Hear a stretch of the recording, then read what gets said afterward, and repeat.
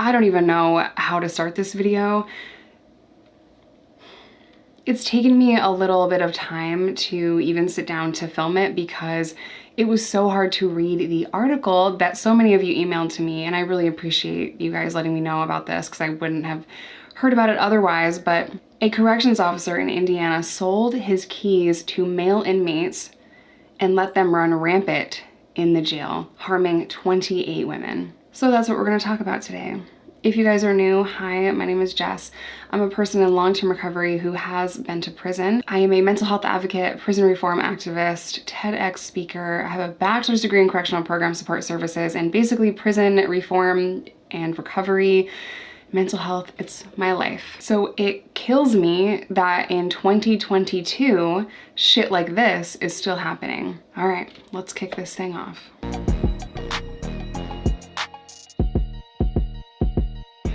I'm going to read this article to you, and then I'm going to let you know what I think happened and if I think that anyone is going to actually be held accountable for this chaos. It's so much worse than I could have imagined, and I can't even...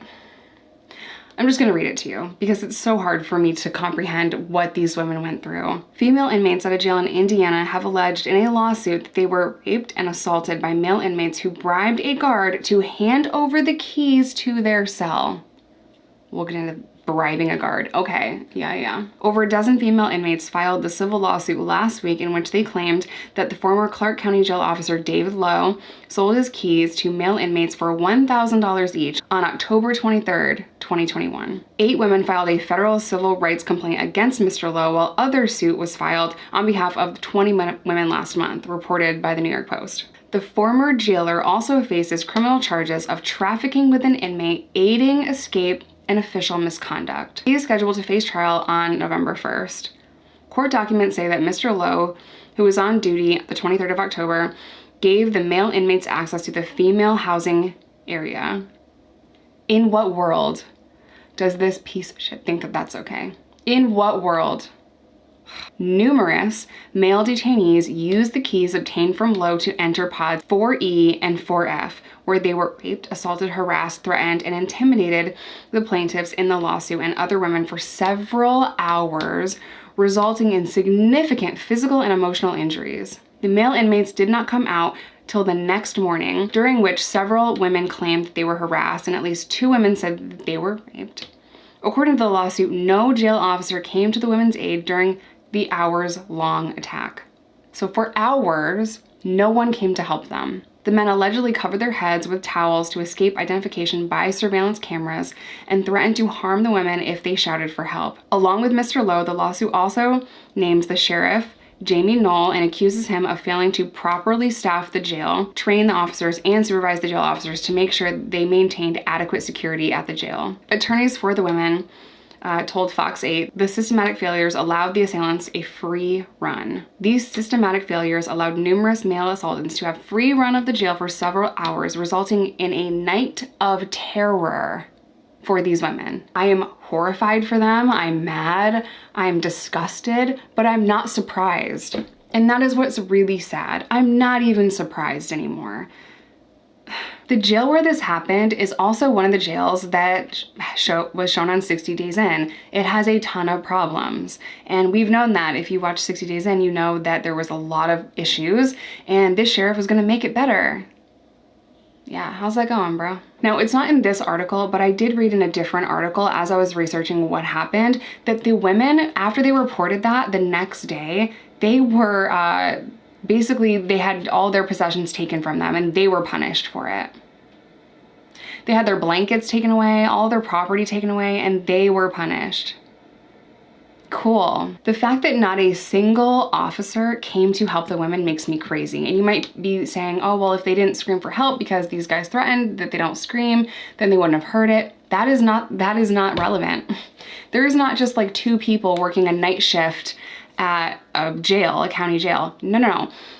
This facility has to be operated and run with several people on duty. That jail in order for it to run, does not have 1 or 2 COs working at night. That jail, and every county jail, has many employees that are there on site every night. They have to run intake. I mean, it's a whole thing. The inmates are not just like there and then the officers just see them in the morning, like at 5 p.m. they're like, okay guys, bye. No, there's tons of officers there. There has to be. So you're going to tell me that no one was checking the female pods all night long?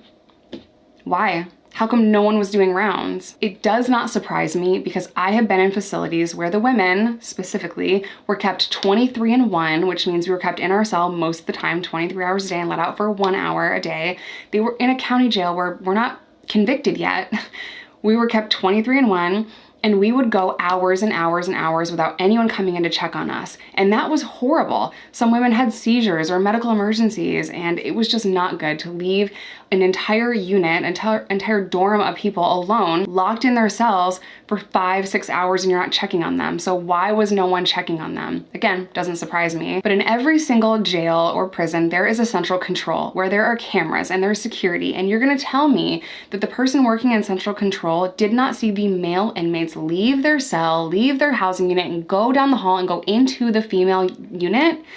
You didn't see them running throughout the jail and doing whatever they wanted to do? No one noticed? Bullshit.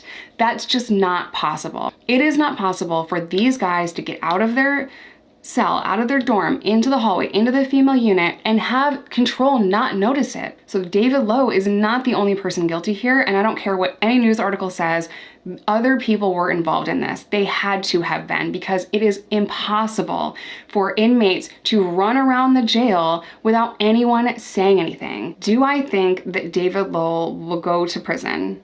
Yeah, probably. I mean, he is probably going to take the fall for all of it. Like, he is a trash can of a person. I want to see, like, on video surveillance where he was at that time. Like, he was in the building, right? So what was he doing?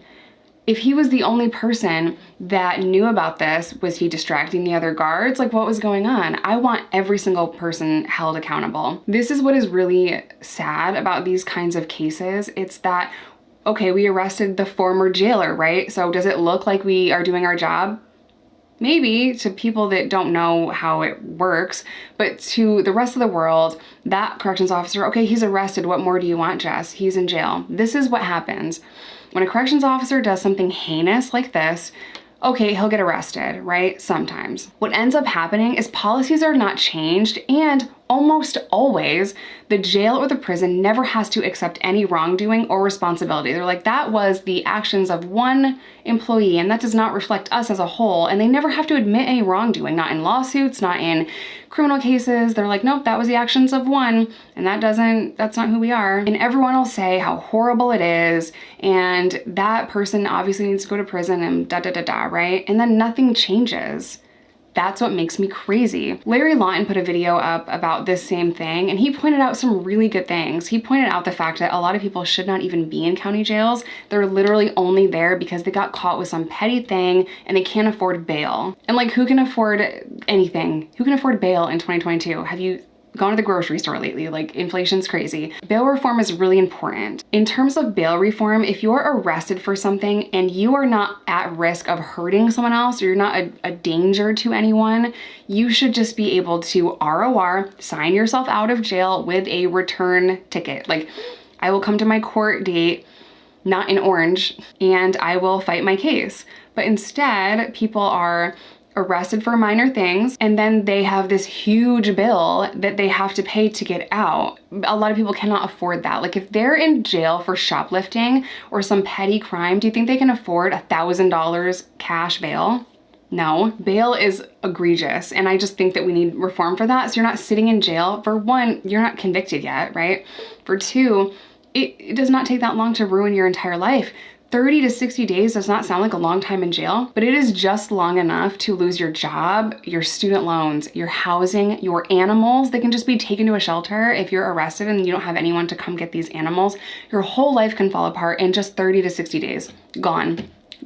Everything's gone. Over something minor, like non-payment of fines or or shoplifting or just something really small. And that's how people get stuck in the system. Another really important thing that Larry pointed out, and I'll link his video down below, is that the sheriff is not really going to be held accountable for that because it was just the actions of one jailer, and they would have to prove deliberate indifference. They'd have to prove that the sheriff just was indifferent and didn't care about what was going on with the inmates or the officers there, and they'd have to prove that he just, you know, he acted in a way that was intentionally causing harm by keeping the jail understaffed or just doing whatever. So I don't think that anything is going to happen to him, but I do think there has to be an enormous investigation. All of the security footage from Central Control for, you know, 72 hours. I want to know every single thing that was going on, because I guarantee you the inmates did not just carefully hide from the cameras to get into the female unit. No, they were seen on camera, and I want to see every single thing. I want to know where the person in Central Control, where were you, dude? Where were all the other officers? How come no one was checking these units? Like, it makes me so crazy. I also want to know why it wasn't handled immediately after. There were a few inmates that tried to report it the next day, and they were treated like trash. I want to know why. There's so many failures in this system. But to allow men to harm 28 women all night long, can you imagine that? Can you imagine you're in a jail cell and it's nighttime and you hear keys, you think it's a CO, and it's freaking men, male inmates, and they came in there and they hurt you and they sexually assaulted you and harassed you and beat you and tortured you for hours and no one helped you, and then the next day when you try to say something, you got treated like you were the problem? In this lawsuit, it even says that some of the women got herpes. We're talking about one night that is going to affect them for the rest of their lives. This is extreme physical and emotional torture. And that's not the kind of thing that just goes away. This kind of trauma, it stays with you forever. It haunts you forever. There is nothing that the jail can do that is going to ever fix that for them. But at the very least, they not only deserve compensation for their pain and suffering, which I know a lot of people are like, they just want money. Like, no, dude. It's not just about that. It's about what it says. It's about the jail taking accountability for what they did. It's the jail saying, we were careless, we harmed you, one of our officers harmed you, and because of that, because of our failure, you are going to now have to require a lot of help in the future. Mental health services, physical services, doctor visits, that cost money. Also, the jail has to change how they operate. And they have to admit that they did something wrong. It pisses me off that in all these lawsuits, the jail can just say, oh, we don't have to accept any wrongdoing. It was one dude. And I want every single officer that was on shift that night, the night after, everyone that handled that needs to be held accountable. Not just this one dude, David Lowe. No, they all need to be held accountable. It just makes me absolutely crazy that we are still here. And if you think, well, you can just avoid this by not getting arrested, that is such a really fine high horse that you're sitting on. You always think it's not going to happen to you until it does. If you think making a mistake and going to jail, and by the way, this is a county jail, they're not convicted yet, not the point. But if you think being in jail because you made a mistake means that you deserve to be tortured, humiliated, abused, starved, raped, killed, then you are out of your mind. And yes, I know there are some really evil people out there. People always want to use the, well, if it's a murder thing. Guys, per our Constitution, we should be free of cruel and unusual punishment, right? So I'm gonna end this now before I get too crazy about it, but this is disgusting and awful, and I'm so fucking sorry to all the women that experienced this. I live in Illinois. I'm one state over. If anyone wants to reach out to me, my email is in the description box down below. If you worked at the jail, or if you experienced this yourself, or you did time in that jail and you want to come on the show and let us know how that jail operates, I would be more than happy to meet with you. And I'm sure the Ride or Die crew would love to hear your experience. As you guys know, a lot of people are in jail for addiction. If you are struggling with addiction, I am a partner with Groups Recover. They are an online and in-person treatment program. They're 420 friendly. They believe in harm reduction, and they're an amazing team of people. I always leave all of my information with them in the description box of every single video. As always, I love you guys. Stay safe, stay in recovery, whatever that looks like to you. And if anyone that served time in that jail wants to come on the channel, please email me. Bye, you guys.